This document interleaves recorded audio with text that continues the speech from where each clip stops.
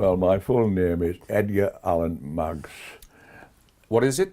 Edgar Allen Maggs.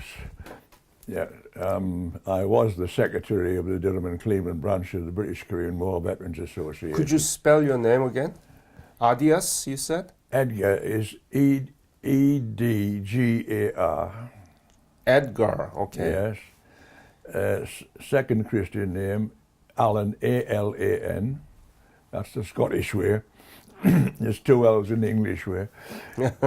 And the surname, M-A, two G's and an S. Which, So your first name officially is Edgar. Yes, but my father's name was Edgar, so I've always been called Alan. Yeah. So I'll officially title you as Alan Maggs, okay? That's right, yes. Okay. What is your birthday? The 6th of April, And what year? 1934. 34. I'm 83 years old. 83. You are a young Korean War veteran. Yes, well, I just got in near the end, you know. I only was in the line twice. Mm-hmm. The regiment was there for 12 months, but I was there for about 4. What is your birthplace? Bishop Auckland. Could you spell it? B-I-S-H-O-P, Mm-hmm. another new word, Auckland, A-U-C-K-L-A-N-D. And it's in Durham County? It's 11 miles 11 in Durham County, yes. It's actually where the bishop in Auckland Castle, where the Bishop of Durham resides in Bishop Auckland. That's why it's called Bishop. I see. He lives there. I see. Yeah, yes, yeah. And tell me about your parents and siblings when you were growing up. When you were growing up. Well, no, that's a big question. I was first 25 years of my life was spent in here in Durham City. Mm-hmm. At that time, my mother and father had a fish and chip shop in Durham. I've never drank tea or coffee in my life because when I come home from school, I got a glass of lemonade or something, a bag of chips, because they were busy. Oh. And I never got it. And I've never smoked and I've never drunk alcohol. Because I didn't tell you this, I'm a British Buddhist. I'm not a Christian. And so the fifth precept is don't drink fermented drinks which cause mindlessness. And I'm the second child, but I'm the oldest living because my mother had a girl before me, but she only lived for 2 weeks. And then there's 11 years gap, and then I have 2 brothers. So, yeah. When did you finish your education here? When would it be? It would be,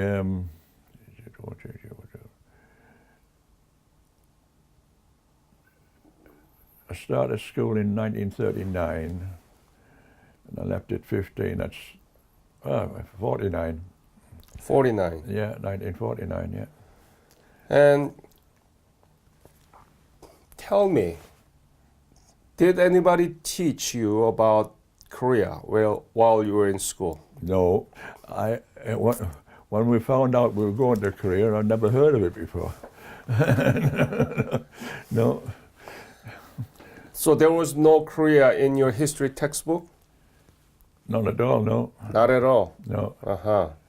Well, now you are one of the leaders of Korean War veterans, British Korean War veterans in this region. What do you think about it? The country you never knew before, and now you are all in it.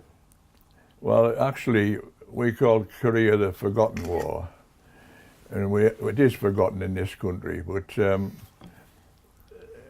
the Korean government, the Koreans will do more for us than what the British will do. So it's a big thank you to the Koreans, actually, especially to the bereaved families. It's part of my job to find them, you know. It's after all this time, some of them has moved on, you know, and things. And Why has it been forgotten? Why? Why has it been forgotten? well, there's been other ones after it, you know. I mean, America had the Vietnam, and Britain had the Falklands War, and they tend to remember the last war, whatever it was. Even the Falklands is getting forgotten now, thanks to what they call the North Korean president, Kim Jong Un. Yeah. Well, it's getting it's in the news now. So, tell me about the Korean War veterans in this region of Durham and the vicinity. You are in charge. You are the commander of this, or what? What do you call? I've had a few different jobs, but the longest one I've been the secretary. Before that, I was the chairman, and before that, I was the entertainment, the social officer. That's a job I've still got. So nobody else wanted it. So even this year, I'm organising a trip. Trip to where? Korea? No, to Thursford Christmas Spectacular. It's in Norfolk. It'll be the 6th year we've gone. Yeah. When do you go? We go in November. November for what? 3 days. We stayed in Norwich the first day we go down. The second day we go to the Spectacular. The third day we come back. So it's 3 days and 2 nights in Norwich.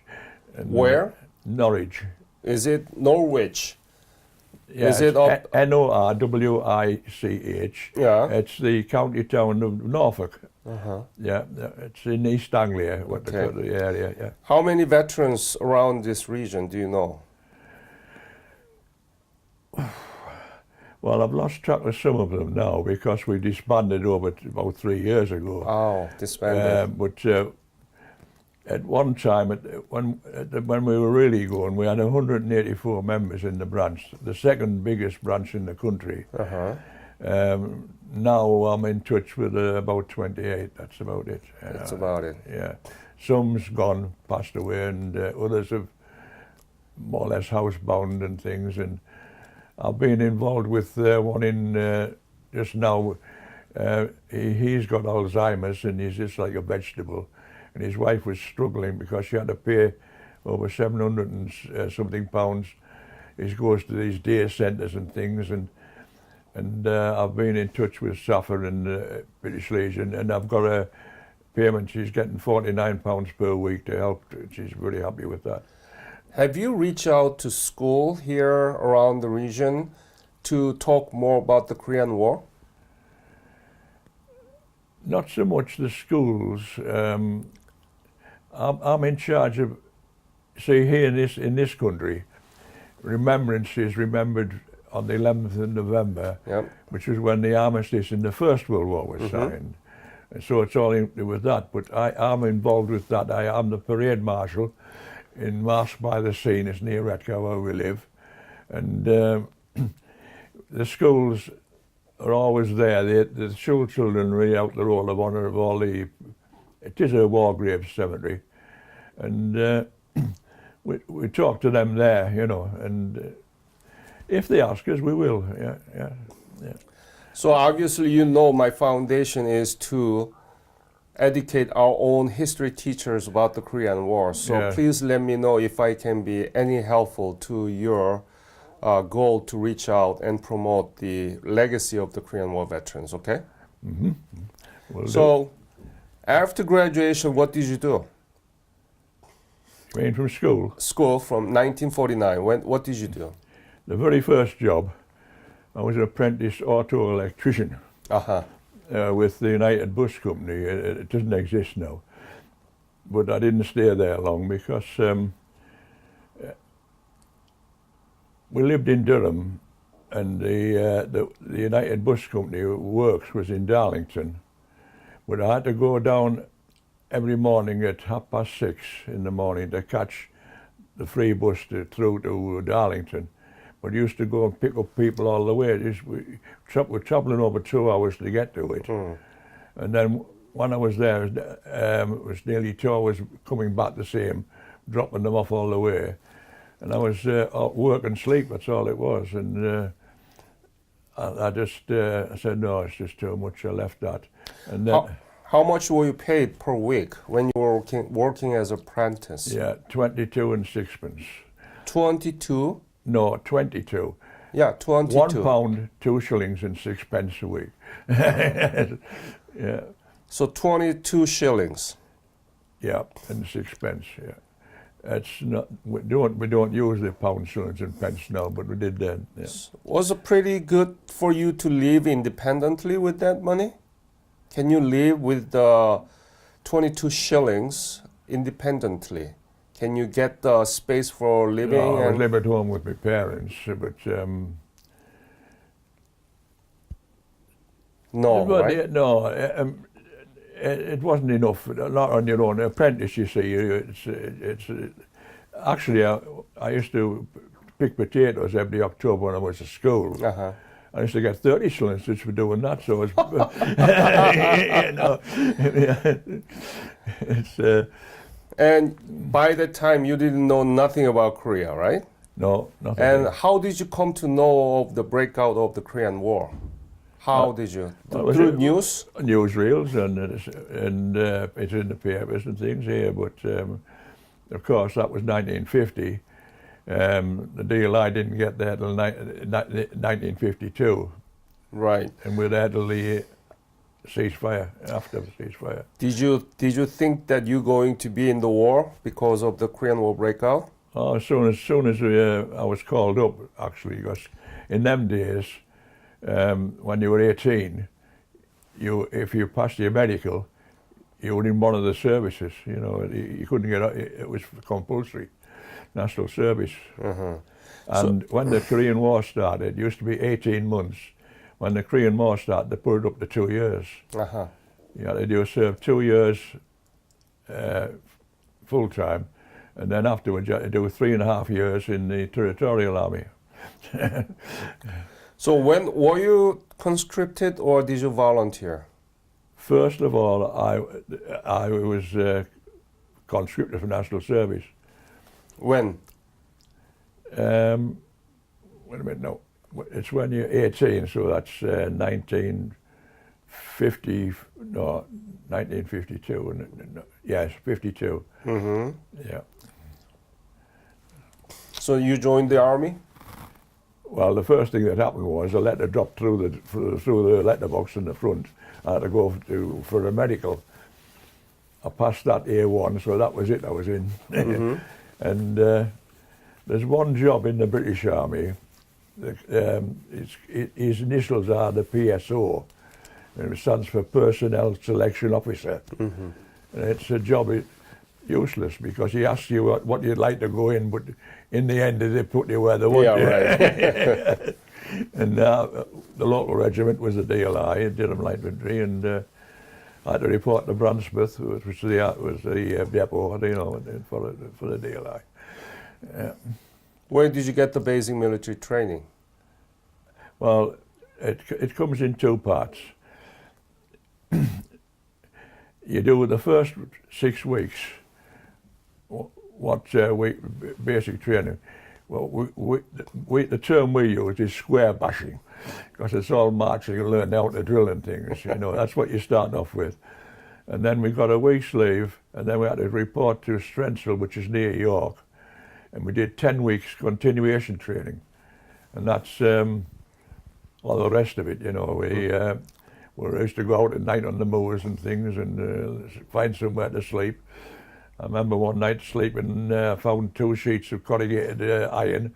I slept on one and put the other one on top of me because it was raining. Yeah.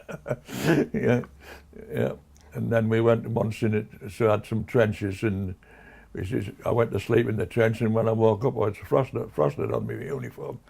Yeah. It hardened you up, you see.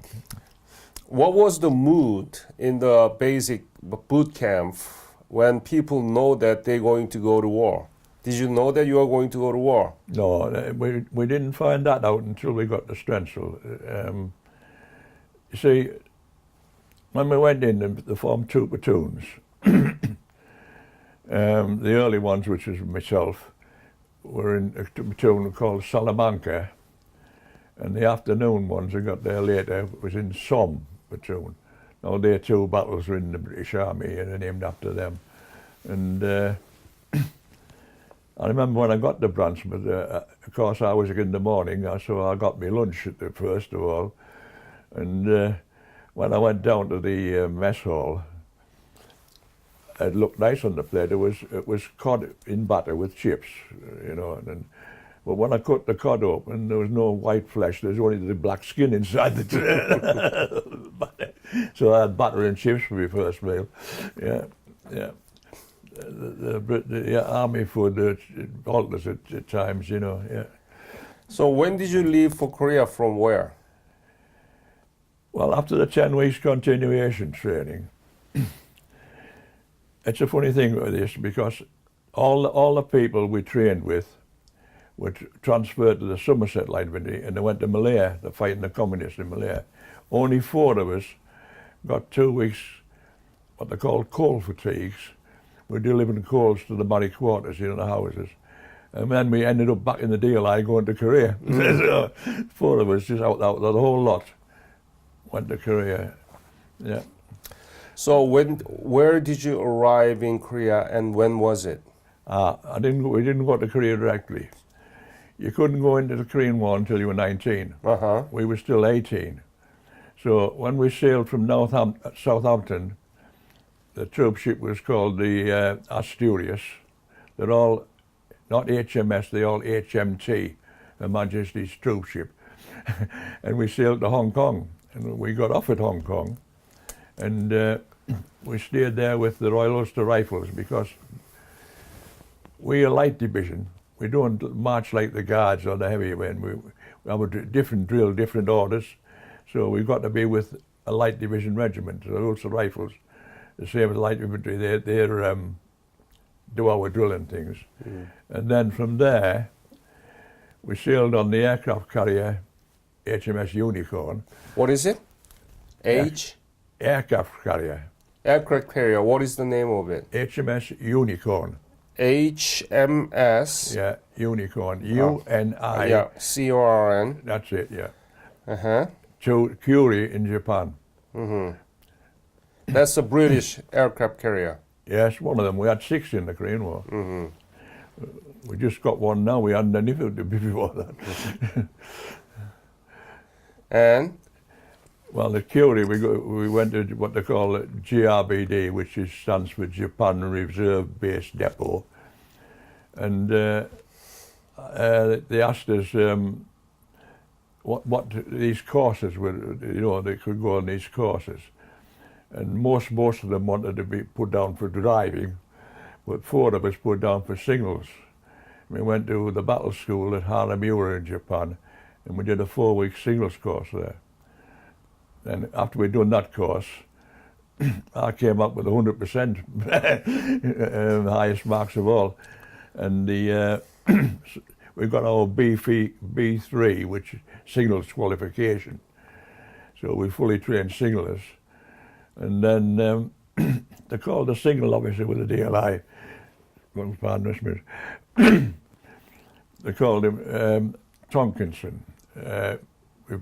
He was one of our vice presidents in the Durham and Cleveland branch. So all the DLI officers, it didn't matter where they lived, wanted to join in the Durham branch. And he said he was short of signalers. So we got him over here. He said, well, we've got 4. There's only one, which we called him Arthur Teasdale, he'd done his national service in the RAF and rejoined again, you know, 3-year man. He said there's only one. The other 3, he said, are under 19. He says, how old are they? He said, well, the youngest, that was me. They'll be 19 in 2 weeks. He said, get them over, I'm short, I want them. So we went straight over to Korea to join the battalion. Yeah. Mm-hmm. So when was it? When did you arrive and where was it? Well, my birthday's in April and I wasn't 19, so it'll be about the end of March, beginning of April 1954. Mm-hmm. Yeah. And where did you arrive? We sailed into Busan, which is Busan now, but Busan it was then. Yeah. So that was after the war? No, it was still on. It was still on then in '54. It's 53. Sorry, no, I'm a year out. 53. 53, right? Yeah. You know, it's a long time ago. So Yeah. tell me, I asked you whether you were aware of where Korea was, anything about Korea. You said nothing, and that seems to be all the case for other Korean War veterans here. Yeah, yes, they didn't yes. know anything about Korea. No. When you arrived in Busan, what did you feel? What was striking image of Busan, or what? Anything? Just be honest. When you see the Well, it was. the part harbor city of Korea at the Oh, I didn't see much of it because we were picked up. But what stuck in my mind was the Americans were very good at putting signs up, and there was a big archway across, and it said on it, "Under this arch march the best soldiers in the world." And somebody, a graffiti, put underneath, and the Yanks. And so we went through that archway. They said there's only 4 of us, so they said 1,500 wait for us because. And where did you go from Busan? To Busan train station, and we boarded a train to Seoul. Seoul? Yeah. Yeah, well, there was only 4 of us, and everybody else was Americans in the train. Yeah. Oh, really? Yeah. Oh, we got on very well. Uh-huh. We didn't insult them. So you saw Seoul. We saw Seoul, but there wasn't much to see. Tell me, describe detail, because this interview will be checked out by the young generations in the UK. Well, Seoul, if you know, had been, by the time we got there, had been fought over twice, changed hands twice. And I remember they had the tram lines in the road, but either side just rubble. There was nothing, no buildings standing or nothing. You know. There was 1 or 2, but most of it just been absolutely flattened. You know, yeah. Did you see Korean people? Yes, we saw some, but not much. How did they look? Well, they were very welcoming, you know. But we didn't see them much. It was very early in the morning when we got there, you know. There wasn't many about, you know. What were you thinking when you see the rubbles in Seoul City? What were you thinking? Did you know why you were there? And tell me about your feeling. Well, you see, the thing is, during the Second World War, we were bombed by the Germans, and we see places like London, East End, it was more or less flattened the same, you know. It was not unusual for us to see the devastation, you know, sort of thing. Did you know why you were there? Oh, yes, by then, yes. What? We want to fight the communists. Communists. Yeah. We knew it was when the Chinese then were involved, so yeah. So you belong to 1st Battalion, right? 1st Battalion. And unit, what company and? Yeah, I was a signaller, so I was in the signal platoon. Signal platoon. Yeah, the signal platoon is part of HQ company, headquarters company. HQ, okay. Yeah. And what was your specialty? Well, I was all the signaling things,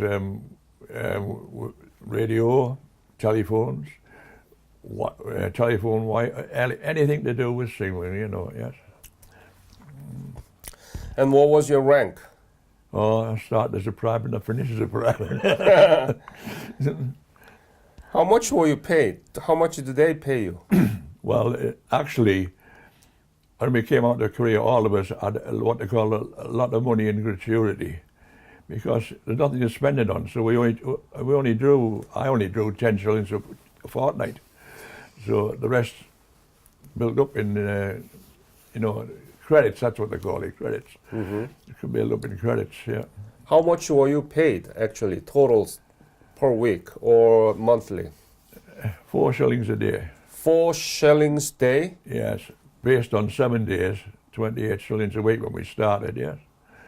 But we didn't get any overseas allowance in Korea. We got Yeah. overseas allowance in Hong Kong and places. Why is that? Hong Kong wasn't Well, there war. was nowhere to spend it on, was there? You know, we had nothing to.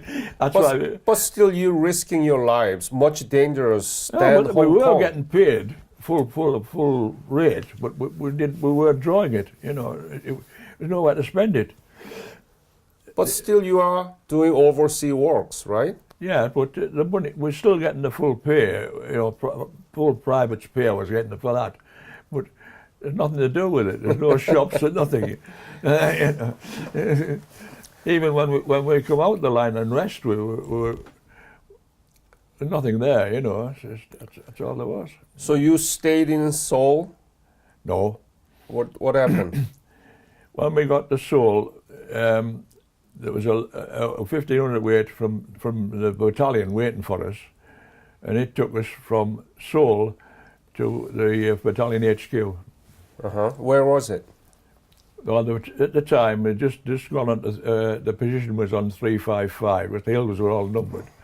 Little Gibraltar. Yes, or if you're American, Hell Hill. You know, yeah, Little Gibraltar. Yeah. How was it? Little Gibraltar. Tell me, Highest describe. point on the line, you know, it was really high up, yeah. The only thing that could get up to the top was a jeep. Nothing else could climb, it's too steep. But all the supplies went up on a rope hoist. Yeah, we sent them up on the hoist, you know.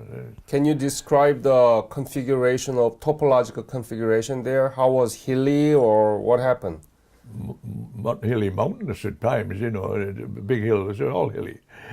The tended to be, you were on top of one hill, the valley's no man's land, and the Chinese or the North Koreans were on the other hill facing you. And what we said, most of our casualties were caused on the patrols at night. They used to patrol no man's land, you know, and things. Or the patrol would go out and try and capture somebody. Yeah, but I never went on patrol, but I spent a lot of nights in the MMG, which is the Vickers machine guns, in there, which is all night on the set, two of the patrols. But of course, we didn't speak to them because they didn't want any noise when they were out. We just listened all night, and if they got into trouble, we could call help down for them. Because everything in front of you was marked as a DF number. And they knew exactly which DF number they wanted, where it was. I mean, Black Dart once wanted a patrol out, and they called for 5 minutes, DF5 for 5 minutes. So, shortest thing I just said, we'll go out. Told the two machine gunners, and DF5, 5 minutes, set the gun up. They knew exactly where to put the gun to fire it on that portion of ground. And they fired the gun for 5 minutes. So were there dangerous moments that you might have lost your life during your service there? 3 times I had a lucky Tell me streak. about it. Well, when we first came to the battalion, we came to it, the road, which was dirt roads, you know, it forked like a Y. And the battalion was at the dip just beside it, and the battalion HQ was in this dip. And we came up, and he just turned left off the road and down into the dip. About 3 seconds after we left that spot, a shell landed on it. Oh. If we'd been 6 seconds later, or the Chinese had fired 3 seconds earlier, we wouldn't have even got there alive, you know. And another time was on the second position we're on was on Yongdong, which is next to the Hook. That was a hot spot, the Hook. And we had 2 Centurion tanks with us. They weren't, normally they'd be dug in hull down, but these weren't, just stand on the ground, because we're outside the mortar range. I was walking past one side of the tank and the shell landed on the other. Just like that. Nothing happened to me, but you bang on the other side of the tank. It come to where I was, you know. But I was wounded in Korea, but not by the enemy. You were not wounded at the second occasion, right? No, on 355. So I'd been up all night in the MMG, which is the biggest machine gun place, And what usually happened was, not the only time, I was up quite a few nights up there, just listening to the patrol, and if I wanted any help, calling it down for them. And usually what happened was, every morning there would be a corporal would come in, stick his head through the door and said, signal to the back now, you can go back. So I had to walk back down. I was with Air Company, which was on the reserve behind it, 3-5, on a little hill behind it. I had to walk back down myself. And they actually used to fire 4.2-inch mortars. We had 3-inch mortars for the battalion. But sometimes the fin would break off. And you'd hear shh, shh, shh, and it was twisting in the air. And they always hit the back of 355. Mm-hmm. So I was walking down and I heard shh, shh, shh. So I saw a hole, I dived in it, but I couldn't get my legs in. Oh. So the mortar bomb went off, and I got up afterwards. I thought, it just felt like a stone had hit my leg. Uh-huh. You know, my leg and my left ankle. And I got up and my legs were wet with blood. But I was lucky because a jeep was coming down. Ah. And every one of us had a field dressing. But of course I was wounded in 2 places. Well, he had his on him. So he put mine on my right knee, and he put his on my left ankle. I got in the jeep with him, and he took me down to the Indian Field Ambulance. You see, They are the medical team. yeah. Yeah. I'll explain something about that. Like Jeff Rhoda says in America, he talks about brigade. We were a brigade, but we were the first Commonwealth division, which is 3 brigades. And 27 Brigade was all British, 25 were all Canadians, and we were 28 Brigade, and our name for it was the Odds and Sods Brigade, because we had 2 British battalions, the DLI and the Royal Fusiliers, and 1 battalion of the Royal Australian Regiment. We had New Zealand gunners firing the 25 pounders, and we had the Indian Field Ambulance, and we're a mixture. We were a Commonwealth, you know, altogether. And he took me to didn't take me to our MO, he took me straight to the Indian Field Ambulance. And when I got there, they just sent me straight down to Normash. You know, the American mashes, but Normash was Norwegian. And they fixed me up there. Yeah. So, in America, when you were wounded, they award Purple Heart. What is the medal? Nothing. Nothing? No, you shouldn't get wounded in the British Army. You should be more careful. No, there's Nothing awarded? nothing at all. No. Oh, so that's the British spirit, that you need to be careful and it's your fault if you're wounded. Yeah. No, we're different. There's nothing for getting wounded, no. I wasn't even recorded as wounded because the battalion didn't know where I was. You know, I got took straight to the Indian Field Ambulance, yeah. That's the real British. Oh, yes. Well, I tell you what, and as well, and it's my own fault in a way, because the Norwegians, I was only in overnight, the Norwegians give me an envelope with a piece of, you know, that says, when you get back to the battalion, he said, give this to the MO, which is the medical officer.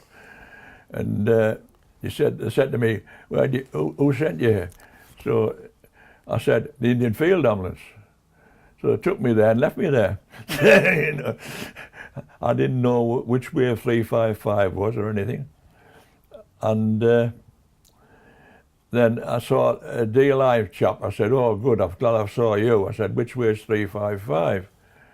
He says, what do you want to go there for? I said, well, that's where I came from. He said, no, we left there last night. We pulled out. We're in Area 15. I said, well, where's that? He said, I don't know. He said, I'll come down to get a tooth out. And he said, this left me here as well. So he said, I think we came down this road. He says, well, that's more idea than I have. So we went up that road, and of course, the Marines will stop and give you a lift. And we're going up the road, and we saw this, like in this country, you call it a 5-bar gate, like a farm gate, you know. On the other side, I saw the green beret and the bugle badges that are banged on the top of the thing. This'll do us, you know. We got back. So, what was the most difficult thing in Korea when you were there during service? What bothers you most? Nothing really. No. I had the Cold? on the or- job. I wasn't brave, you know. But we had a job to do, and I did it. That was it. I knew what was involved, and I just got on with it, you know. Yeah. Tell me about the life around the Hill 355. Where did you sleep? What did you eat? How often did you take a shower? Things like that. We only had a shower once. Once or what? Once a whole time. We only once the whole battalion once in a year. But- Once a year? Yeah, well, we did. We used to go what they used to call swimming parties. There's a small beach by the Injim River. I think it was the Pintail Bridge, by the Pintail Bridge. And you used to go. You could wash yourself in the river in the Imjin. Because where we were, the Imjin was behind the lines. You know. We used to say we never fired a shot in South Korea. It was all in North Korea.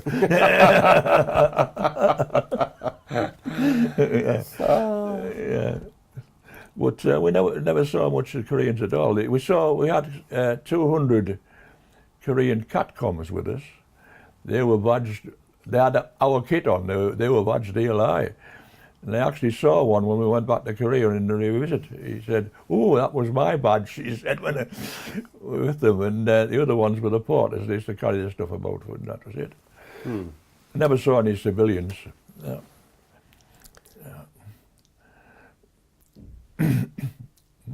And when did you leave Korea? We left Korea, I don't know the exact time, but more or less at this time, the end of August, beginning of September time, that sort of time. Yeah. 54? Oh yes, after the ceasefire. Yeah. Oh, so 53. 53. Yes. Yeah. Yes. Oh yes. Sorry about that. I didn't catch that 54. But yes, 53. And have you been back to Korea? Yes. When? 1989. That's 1 year after the Olympics. Olympics, yes. We actually saw Olympics. Showed us the Olympic Stadium. Remember? Yeah. So, when you visited Korea back again in 1989, Yeah. how was it? Describe in detail. It changed. There was no. We stayed in Seoul, at the Ambassador Hotel.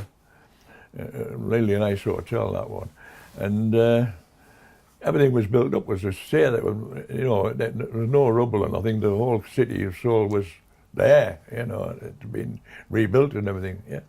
Yeah. It was. I remember my wife got into trouble in the hotel. What happened? Well, she walked in, and we wanted to go in the lift, which we knew where our room was and everything. She went to press the button for the lift, and there's a Korean lady standing there in the Korean costume. And she said, no, that's my job.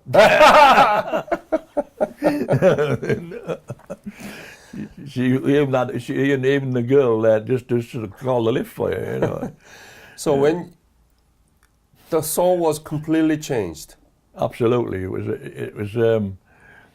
Mind, there's one thing happened there. The students were rioting at the time, and the university and the Ambassador Hotel quite near each other. Yeah, Dongguk University. Yeah, it's above a wall that bends round to the left. In the hill. Yeah.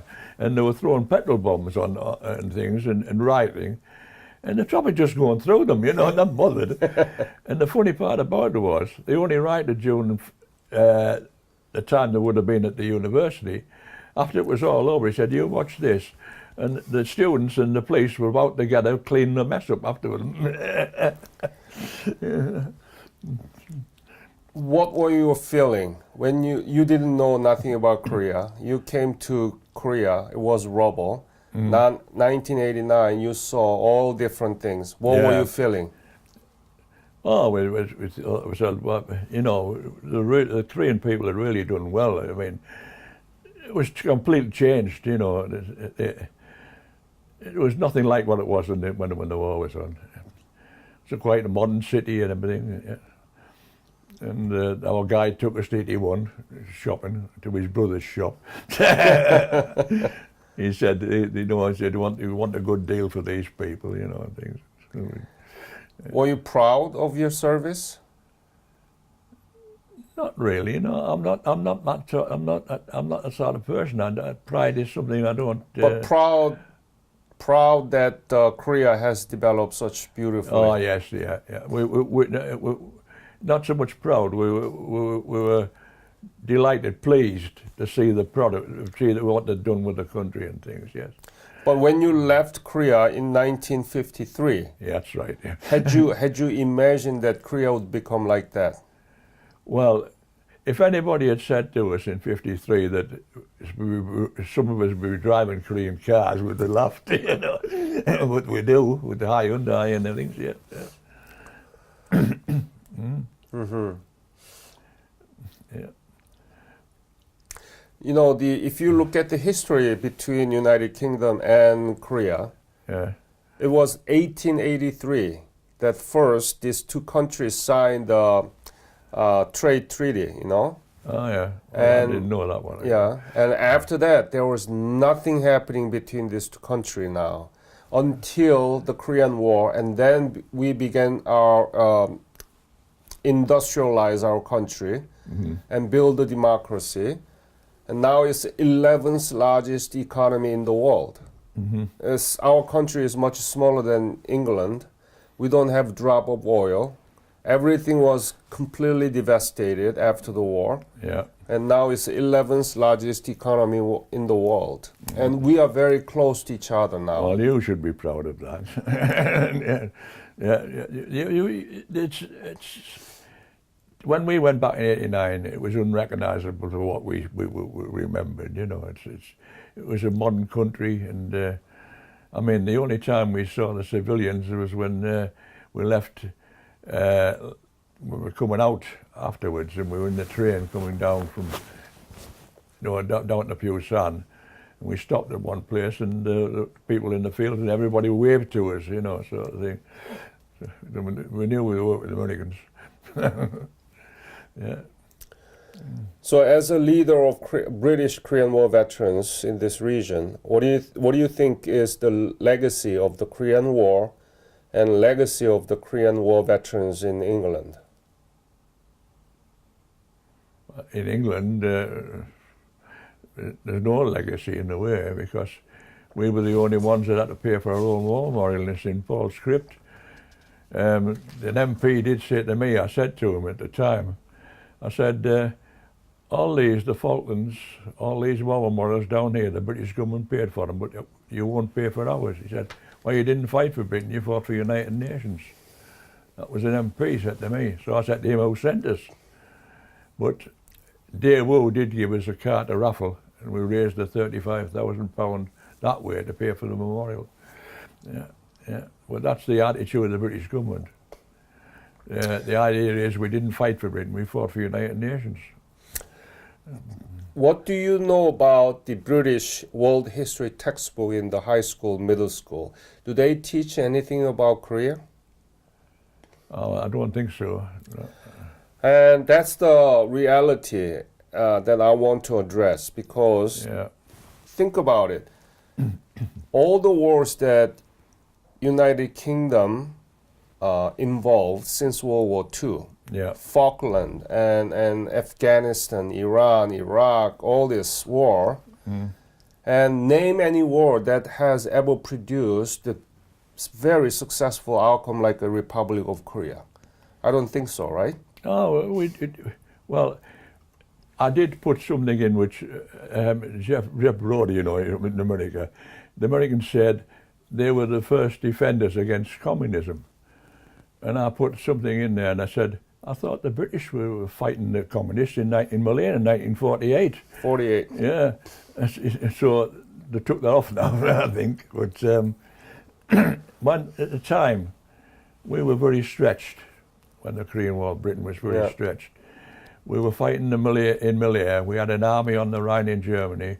We were fighting the Mau Mau in Kenya. We were fighting the Aoka in Cyprus. And we also had a garrison on the Suez Canal, a garrison in Hong Kong, a garrison in Gibraltar. So we were very stretched. Yeah.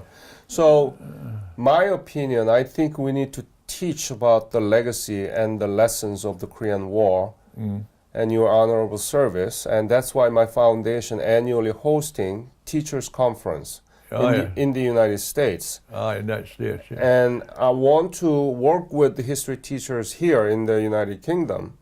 And John Waller, Well, you made my best friend. his daughter Yeah. is actually a teacher. Oh, yes. Yeah. So actually, I asked him to see if his daughter, Mrs. Stopp, see if she wants to work with my foundation so that I can invite her to the Oh, yeah. United States next year. Yeah. And see if do you know any history teachers around your region? No, I usually deal with they call the cemetery with the we hold this. I'm sort of the parade marshal, Saint Germain's, and the people I talk to are the friends of Saint Germain's. They call themselves a group, people, because it is listed in the British War Graves and things. But there's 17 First World War graves and 2 Second World War. That's all there is with there. Yeah. So, if you know of anybody, history teacher or social studies teacher here in the United Kingdom, who wants to work with my foundation, please let me know. Introduce them to me so that I can invite them, okay? My foundation will cover most of the expenses. I think we'll cover everything, including the airfare. So please let us know. Well, I'll try and see if I can find out anything for you. Yes. But I've never been involved in that side of it much. What I'm mainly doing now is helping the veterans that need help, trying to get help for them, That's a very noble thing to do. Well, we've got Alzheimer's, some of them is housebound. As I said before, with this lady on now, I just got through the SAFA, they call it, Soldiers Sailors, but got so much money a week to help her out, sort of thing. So where do you live? We live in Redcar now. What? We live in Redcar. Redcar? Yeah, Redcar. Yeah. Redcar. Yeah, it's all one word. It's in, the area now is Redcar and Cleveland, but when they made the new counties, they made Durham County used to be, there's 3 rivers in the northeast, main ones. Where we live, we're out near the mouth of the Tees, which is the one in the south. The one in the north, the Tyne, goes through Newcastle and Tyne. I see. And the one here in Durham is the Wear. So Where? The river. the River Wear. Yeah. Yeah. And I'm losing the track what I was talking about. They made these new counties, and they made the Tyne and Wear, which still exists, which took a part away, the northern part of Durham County and the southern part of Northumberland. Then they made the county of Cleveland, which took a bit off the south end of Durham and then a bit off North Yorkshire.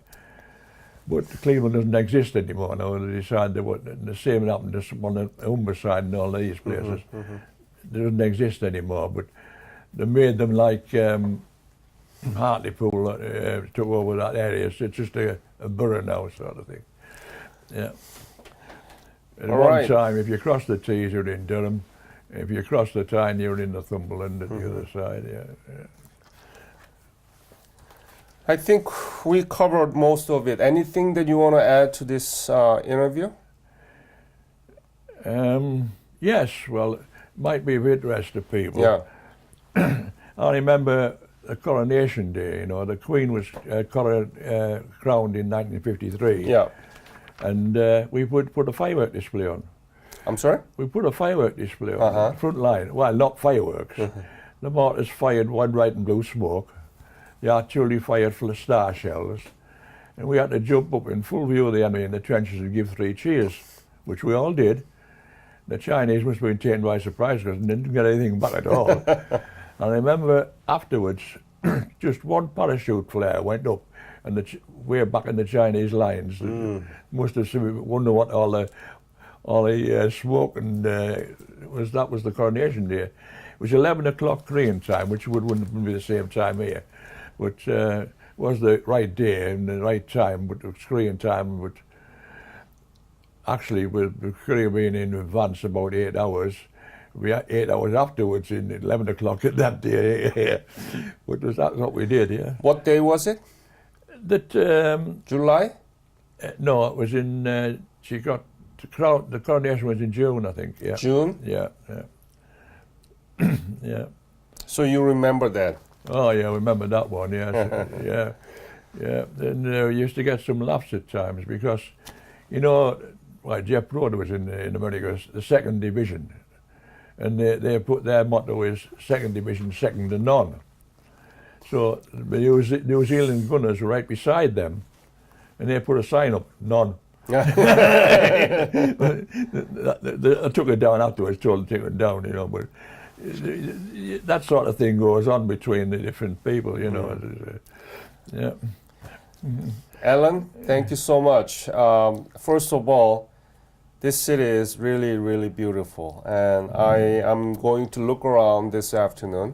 Well, I'm going to stay here all day. Yeah, and we'll see, but I want to thank you for all the arrangements and your guidance. That's just part of my. I'm doing that all the time. And on behalf of Korean Nation, I want to thank you and all other your members of British Korean War veterans for their fight.